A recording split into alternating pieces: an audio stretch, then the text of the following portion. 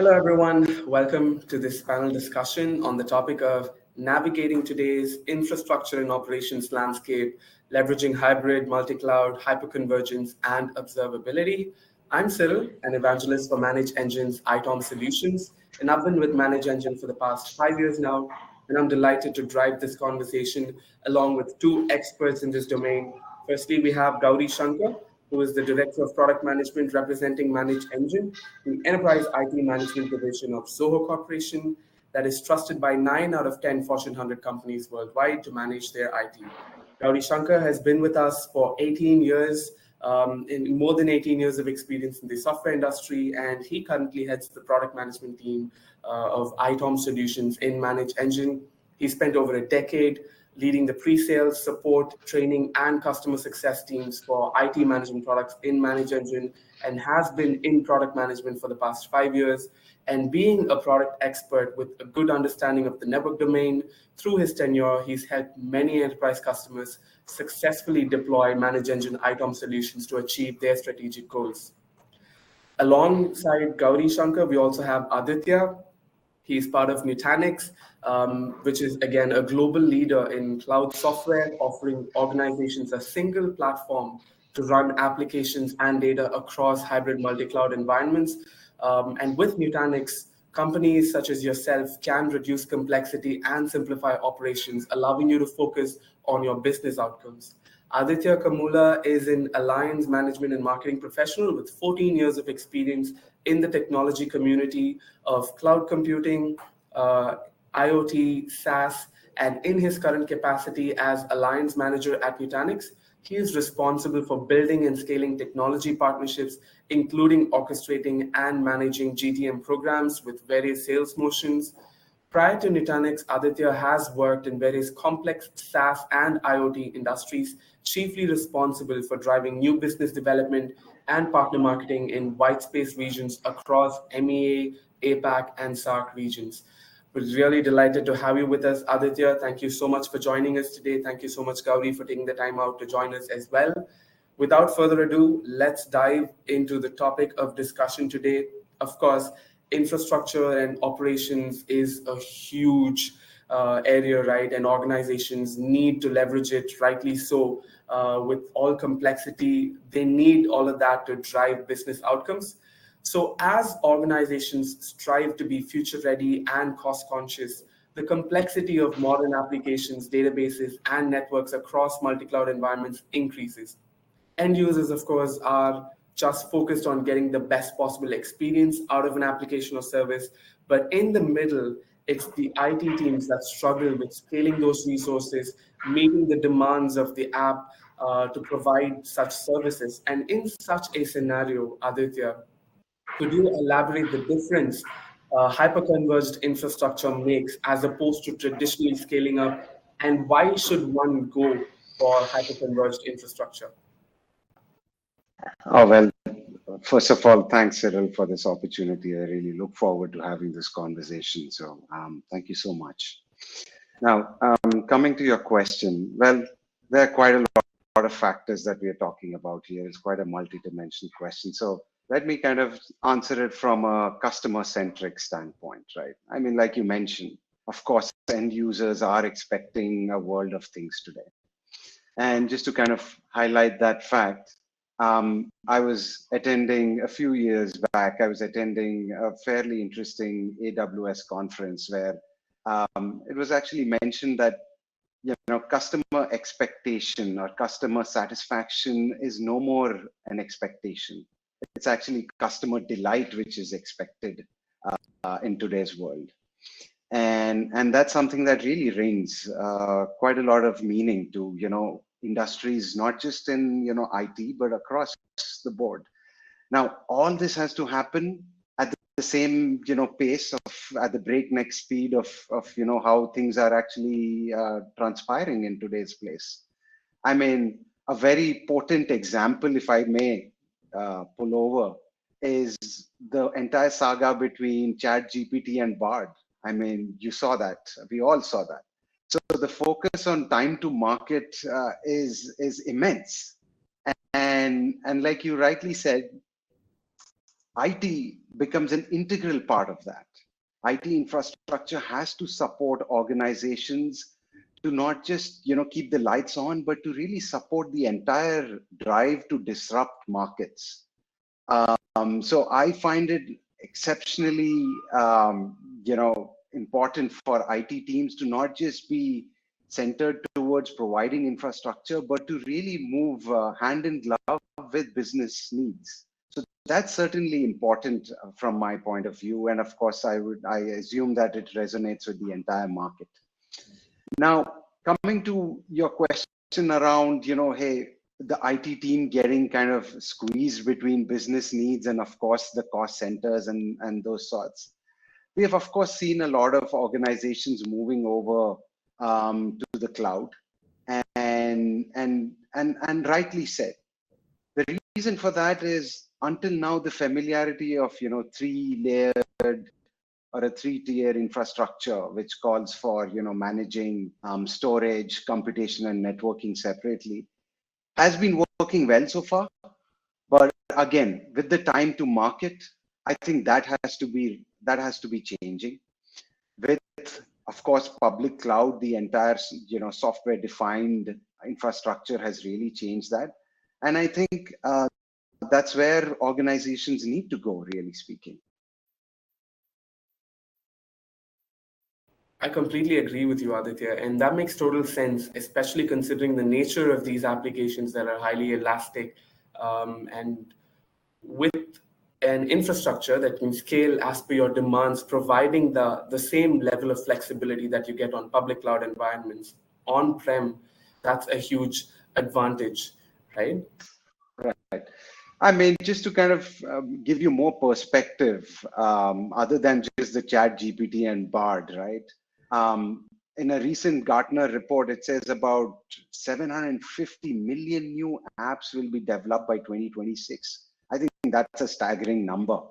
And I mean, coming back to even if you look at history and not the future, since 2000, apparently about 52% of the Fortune 500 companies have got disrupted. They have either gone bankrupt or they have either been acquired. So the need to really revolutionize and reinvent your market is immense. And yes, of course, this has to be fueled by IT. I totally agree with you. And in fact, I like the fact that you brought Gartner about it. I even have taken a stat from Gartner that talks about how organizations can no longer just sit and watch whatever is happening, but they need to control and drive those digital initiatives. And according to Gartner, 91% of businesses are engaged in some form of digital initiatives. And it's a key priority for 87% of senior business leaders out there. And this surge in digital transformation, hybrid work, big data, and AI workloads has driven organizations towards hyper-converged solutions. And of course, Nutanix stands at the forefront of this technology. So if you could touch a bit upon why hyper-convergence is gaining prominence in today's rapidly evolving IT landscape, that would. Well, yes, absolutely. I mean, it's a pleasure answering this question. We like to kind of definitely talk about Nutanix, but like you mentioned, I'll limit myself to hyperconverged for now. Again, going back, there's no doubt there's a lot of familiarity when it comes to, a legacy or a traditional infrastructure of, having these three tiers.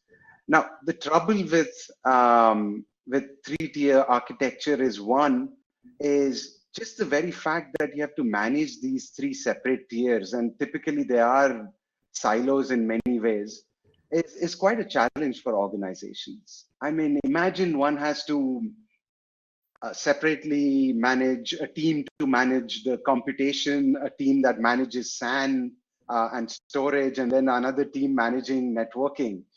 And ultimately putting this together and then having a 3 to 5 year planning cycle is a task. And given, again, in light of the time to market and the disruptions, it's not easy. I mean, there is a lot of factors that you have to kind of have and calculate. And so hyperconverged infrastructure really came from that need of organizations to rapidly adapt to the market needs. And just to kind of talk to you about hyper-converged infrastructure, it essentially, has been there, but what we are, or at least Nutanix is doing, is to really software define all of this, virtualize all these three tiers, really collapse all of these three in under one management plane. And since this is a software defined platform, one would imagine now organizations, even very general IT teams, can really provision, can really update, do all these infrastructure tasks within a few clicks. They can, again, rapidly address all the demands of organizations and teams within an organization. So hence the entire power of simplicity makes it a de facto solution in today's time. So yeah, that would be probably my initial few bits on why hyper-converged infrastructure. Well, of course, who doesn't want complexity to reduce, right? Especially when things are just going at breakneck speed, as you already mentioned. Amidst digital transformation, it's not just about how your infrastructure can scale up. Of course, HCI brings those benefits as well, but there's also the cost aspect of things. There is the financial impact of maintaining the traditional three-tiered architecture. In fact, recently I was talking to one of our customers from ManageEngine, and they are in the process of modernizing their infrastructure, especially to support applications. And their idea is, they're like, AI has come into the picture, things are rapidly changing, we don't know what's next, but we as an organization want to be ready to support whatever our business requires. And in a bit, do that, they're in the process of modernizing the infrastructure. So that sentiment has set in. Organizations want to stay ahead of the curve and support modern applications that are, of course, growing more demanding with time, because people expect more from these applications and organizations need to deliver. So from an application modernization standpoint, could you also tell us a bit more about how Nutanix can enable application modernization, especially with not only on-prem, but a hybrid setup with hybrid cloud in the picture? How does that work? Absolutely. These are interesting talks, and thank you for kind of guiding me. There are a lot of times I really like to talk about on a lot of fronts, but I'll kind of, again, just limit myself to your question around, modernization. Now, I'd like to take that question on a couple of fronts, right? One is, of course, from an infrastructure standpoint, and then, of course, we can touch base on modernization in terms of modern cloud native applications. But primarily from an infrastructure standpoint, see, Nutanix saw this trend coming way earlier than the market, to be very, very honest. The world is not a binary place, and organizations can't really choose between being simply on-prem or completely on cloud. I know that and we all kind of understand that, of course, COVID pushed us and a lot of organizations to be cloud native, but we were very clear to say that, hey, there is going to be a normalization, and there will be organizations that, one, of course, run very elastic applications that requires immediate burst of either storage or computation. And of course, and for those things, you definitely do require public cloud services. Yet at the same time, there are these applications and workloads that run year round, very predictable. And you need an infrastructure that can support that as well. But I can give you all the convenience and the simplicity of a public cloud in terms of the automation. So Nutanix here offers a hybrid cloud platform. Over the years, we have, of course, expertised ourselves in hybrid cloud infrastructure, where we are partnered with AWS and Azure today, and many more to come. But that essentially offers a common platform where you can lift and shift any of your applications from either your on-prem data center, Nutanix powered data centers, to any of these hybrid cloud infrastructures. So that's the benefit that we give. And again, going back to the point of being simplified, you can run this seamlessly. So that's particularly number one from an infrastructure standpoint. But again, we can definitely touch base on, cloud native applications as well, and, what we are doing on that front. But yes, Nutanix offers an hybrid cloud platform. That's really interesting. And, especially when organizations start migrating to the cloud, they see a lot of complexity. And in addition to that, with the cost factor and current economic situations in mind, organizations want to make the most use of the compute resources that they are going to engage with on the cloud, right? So from that point of view, you did actually mention lift and shift as well. Organizations many have lifted and shifted in the past, but now they've realized that that's not going to help them be efficient on the cloud. That's not going to help them completely leverage the power that cloud presents to an organization, and therefore they are also working on refactoring their applications, re-architecting their applications, and that's where microservices comes into the picture, event-driven architectures, and they're just making the compute instances more granular with, of course, containerization. We have Docker, Kubernetes, and so on. And Nutanix also has something to offer in that area, right? Right. Absolutely. A couple of things, right? I mean, again, from a support that the platform offers is we have our own Kubernetes engine, which is the NKE or the Nutanix Kubernetes engine that was developed a few years back. That being said, we also offer, with partnership with Red Hat OpenShift, we offer a cloud, based, Kubernetes engine. So that's something that we have been truly excited upon, and we are seeing a lot of adoption on that front. So I'll kind of limit myself there. But yes, we are kind of working very deeply integrated with Red Hat on the OpenShift front. Thank you so much. Essentially, what you guys are doing, if my understanding is right, is your primary goal is to provide a central console from which they can manage all of their cloud complexity and resolve it, right? So I think that's really interesting, especially with the huge number of containers within microservices for different areas or different elements of an application, just the front end, the payments interface, and so on. So there's thousands and even more than 10,000 microservices or containers running in the backend, right? So that introduces a lot of complexity. Right. And that drives me to another important aspect of this conversation, which is observability. We've spoken extensively about convergence and hyperconvergence and how infrastructure has evolved. We've all been there where we saw virtualization was the next big thing. And things have evolved from virtualization, and they want the minutest of compute resources to be utilized to the most possible, and containerization with all of this technology in the picture. Now comes the huge issue of course, one is complexity, dealing with this infrastructure complexity, which is where Nutanix comes into the picture. But another area is visibility. Many organizations still lack that visibility, starting from the top layer all the way down to even a port in the network. And that's where observability comes into the picture. And who better to talk about observability than Gauri, who's been working on our products, which is, of course, a full stack observability solution as well. So Gauri, could you introduce us to the concept of observability a bit, and then walk us through how it helps IT engineers, DevOps, SREs, infrastructure and ops professionals? Definitely, Cyril. And thanks, Aditya, for the detailed insights on Nutanix. It was insightful. Yeah. See, with respect to observability, right? So I think it is better to explain what observability is for the general audience. So Aditya might be knowing it, and you might be knowing it, but the general public may not be knowing what observability is, mainly because they are coming from the monitoring perspective.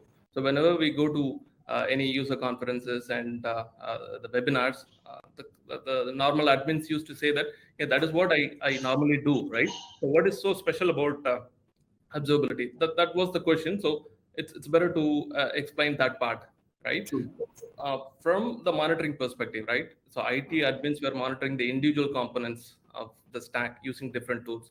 They might be having a separate tool for network performance monitoring, separate tool for virtualization monitoring servers, and separate tool for storage devices, right?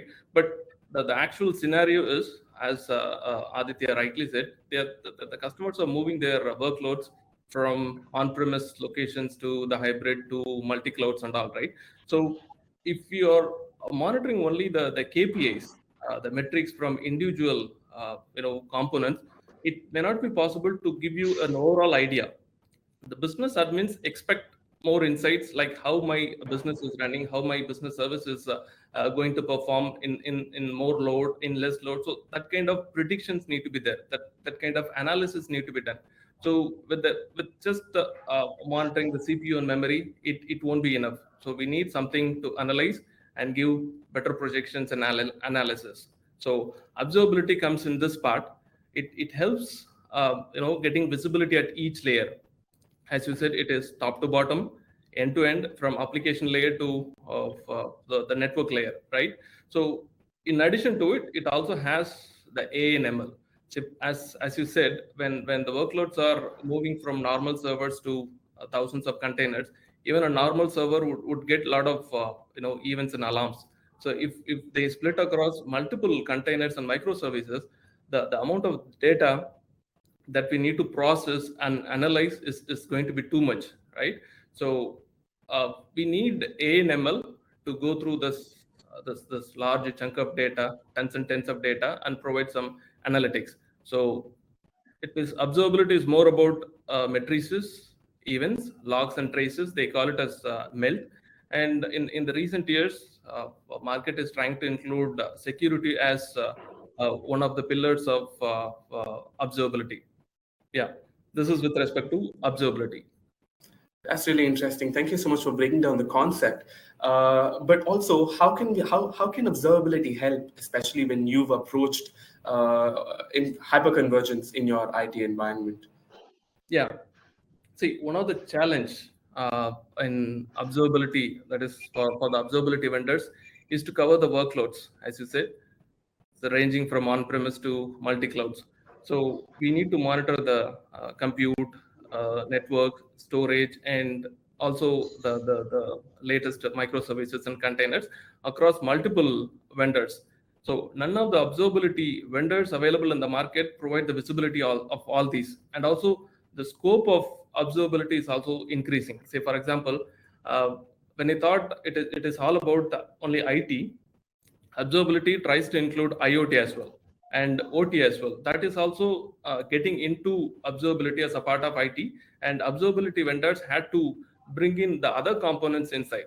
So that is how it evolves, and that is how it is trying to increase the scope, right? So by saying that, Nutanix hyperconvergence and hybrid cloud reduces this complexity, because in order to get all those events and alarms from them and also the other metrics, it's too complex. We need to talk to each and every vendors and each and every modules. But one of the advantage of hyperconvergence from Nutanix is it has a high level management plane. From there, it unifies all the silos. So it is already unified. I don't have to talk to multiple locations. It gets a visibility from network, storage in one place, right? So instead of monitoring separate modules, I'm able to get the complete observability in one place. So simply put, it reduces the effort in instrumentation. So instrumentation, in the sense, it is how we talk to different vendors, how we talk to different modules, scrap the data or get the data and provide insights, right? So that instrumentation part is very much simplified with the help of Nutanix hyperconvergence. Thank you so much, Gauri. I think that was a point well put, because vendors are also a concern, and more hardware vendors are shifting to maybe proprietary algorithms or API-based methods of instrumentation and so on. And so from a data collection standpoint, of course, which is what you need, it simplifies with the help of Nutanix and observability as well. Now let's shift gears and explore some practical considerations. And Aditya, this one's for you. For those in our audience who are planning to implement Nutanix in their environment, what would you say are some key considerations, something that they should think about before they adopt and implement HCI in their environment? Right, right. That's a very good question. And I think that pertains to a lot of organizations, again, going back to, our digital transformation theme. Now, if you are an organization that has been struggling, especially with, like I mentioned, a long planning cycle where you have to plan for the next 3 to 5 years when it comes to computation or storage or even networking, so to speak, then you are certainly in a prime place to try the HCI. Frankly speaking, the way Nutanix offers its HCI is on a very modular based approach. You can certainly start off incrementally, given that Nutanix clusters, which is a form of, which is a bunch of nodes or servers, x86 processors, you can certainly kind of just simply try a few clusters. So to start, understand the workloads that you want to run on, and then you can gradually scale. So really speaking, there are no guidelines to really have or the risks that are involved with trying out HCI. The best way is to is the proof of the pudding is in trying it, and like I said, you can always go the modular approach. That's the benefit that one gets as against a legacy 3-tier architecture. And then, like I mentioned, you can always scale up basis if you have, a requirement in terms of your storage. You can obviously configure your servers in particular ways, and you can scale linearly. Understood. And that makes perfect sense. So what you're suggesting is to start small and scale up. And essentially, once they get the hang of Nutanix and what it does to them, they're probably not going to go back. Right. So absolutely. There was, as a matter of fact, a joke that Nutanix used to, in its very early days, to say, hey, we most importantly, we give back our IT teams the weekends. IT teams don't have to really spend those weekends in doing the management and the patch ups and the updates, because all this used to happen seamlessly. So yes, absolutely. There are a lot of benefits, and what better way than just kind of having, dipping your toes and not really having a big splash by investing thousands of dollars.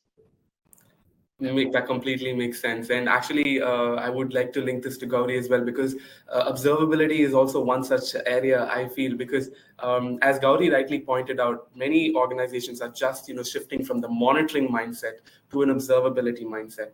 And most network admins and server admins, or the mid-level managers, and even the senior folks have had to reimagine what IT means to the organization.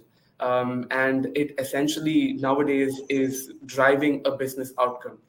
So the CEO is going to probably be like, if we have to maximize our business's revenue by 10x within the next 2-3 years, then our IT has to help various functions improve the delivery experience, improve the interactions and the touch points, and optimize performance for each of these areas.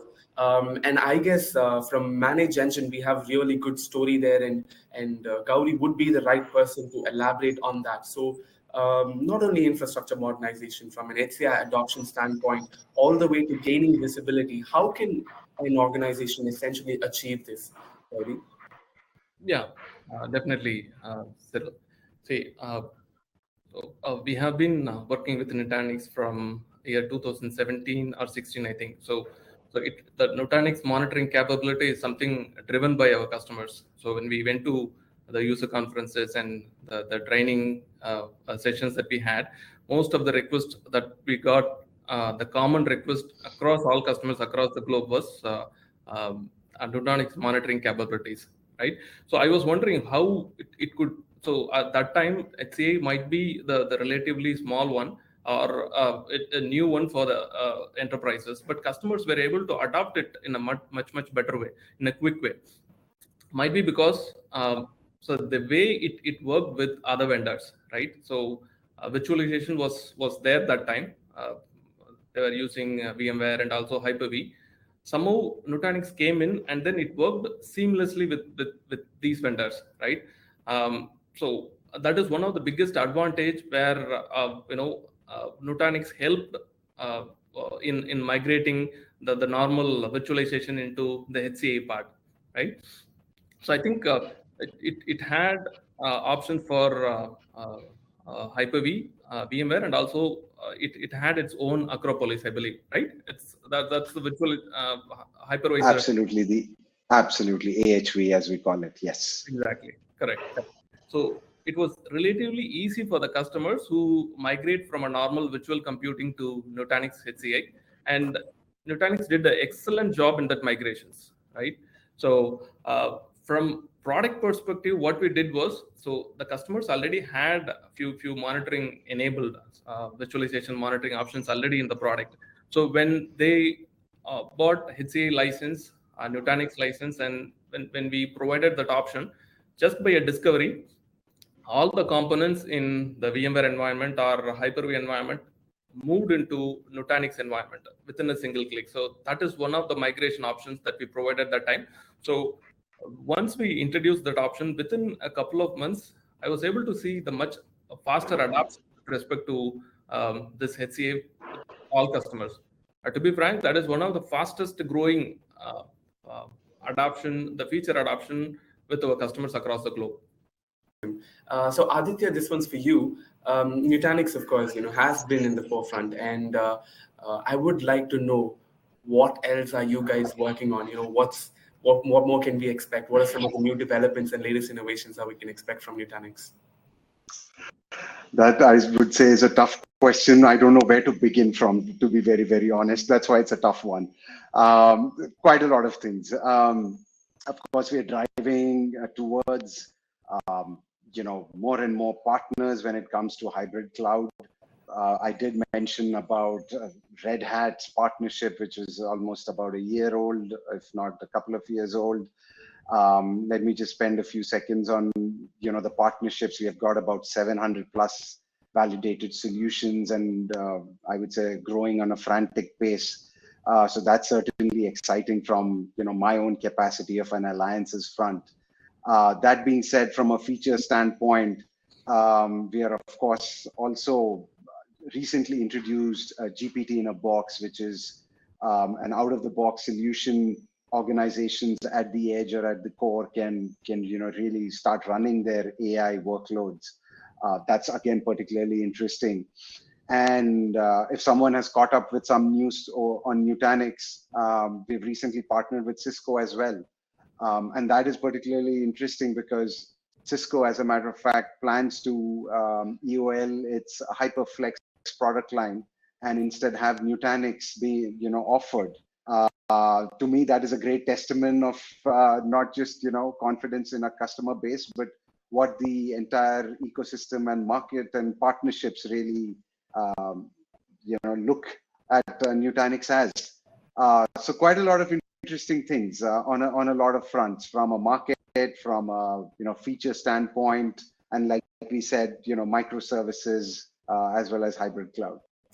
That's really interesting, and especially we're also looking forward to how the market is going to change, especially with Cisco, pitching Nutanix to its end users. That's going to be great. And also, you mentioned GPT in a box. AI, of course, has come in and has taken the world by storm, I guess. And every organization, in fact, moving into 2024 this year, they have to leverage artificial intelligence. It's actually, in fact, in one of our previous webinars, Gauri was the one who said that AI is no longer a luxury.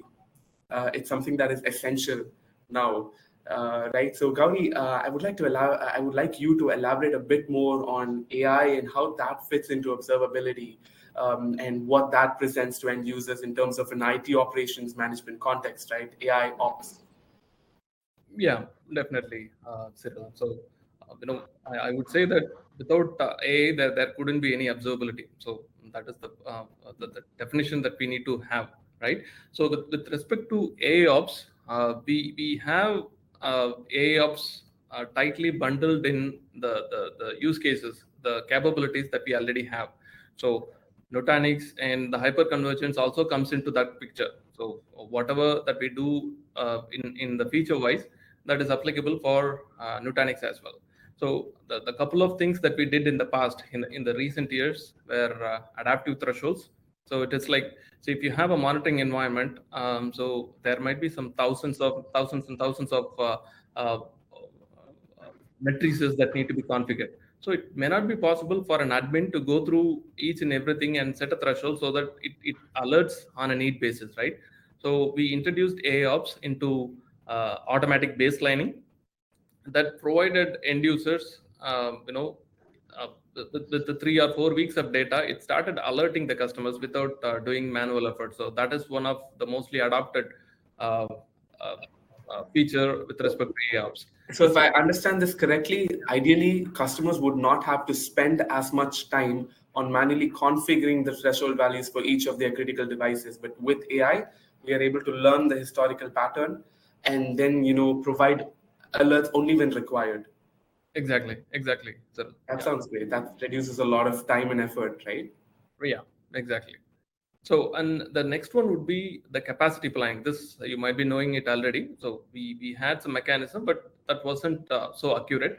So with the help of AI, we were able to predict, the network usage or the disk usage or the resources usage based on the number of users they come in. So even in our office, so if you are getting new employees onboarded, so we check how the count is increasing, and based on that, we recommend our sysadmin team to procure more bandwidth. So our sysadmin tool also uses our tool. We help them in predicting and forecasting the bandwidth need and all, right? So this is with respect to capacity planning. And the other features would include anomaly detection. That's a very common one. And then even correlation, so that there won't be any unwanted alarms, duplicate alarms coming from the same kind of issues. And then on top of it, we are also doing the root cause analysis. Say, so if some alarm is happening, we need to know where the exact problem is, right? So which actually triggered that event. There could be some sequence of events which resulted in that particular outage.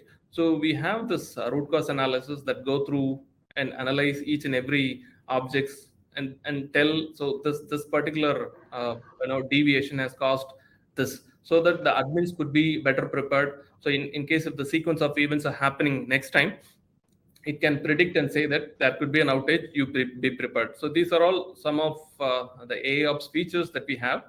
On top of it, we are also working on an AIOps platform, right? So whatever features that I mentioned is within our scope. So we monitor something, we need to apply AI, and we need to provide observability insights.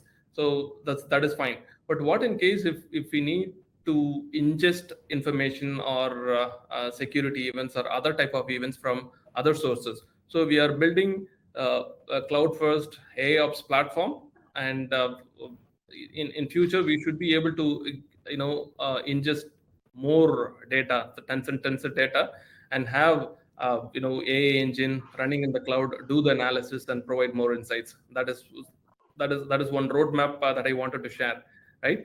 And for the one of the important things that we do is for the features like root cause analysis and even correlation. If we need to provide more accurate information, we need to know how the objects are interconnected, right? So if you are trying to provide or correlate events from objects that are not even related to it, that won't make any sense, right? So for that, interdependency is a must. So since we have this discovery mechanism, the topology building mechanism, we are also building a relationship DB. We build the interdependencies, right, from switch layer, the port layer, to the microservices, how the applications are talking to middlewares, database servers. So we bring in all those interdependencies as relationship DB. This is we will use that and do better root cause analysis. On top of it, we are also working closely with Service Desk Plus. I think it you know that, right? It is ITSM, our own Service Desk Plus ITSM tool. We share this information as CMDB to them. Similarly, we also share this information to ServiceNow. We call that as CMDB auto population.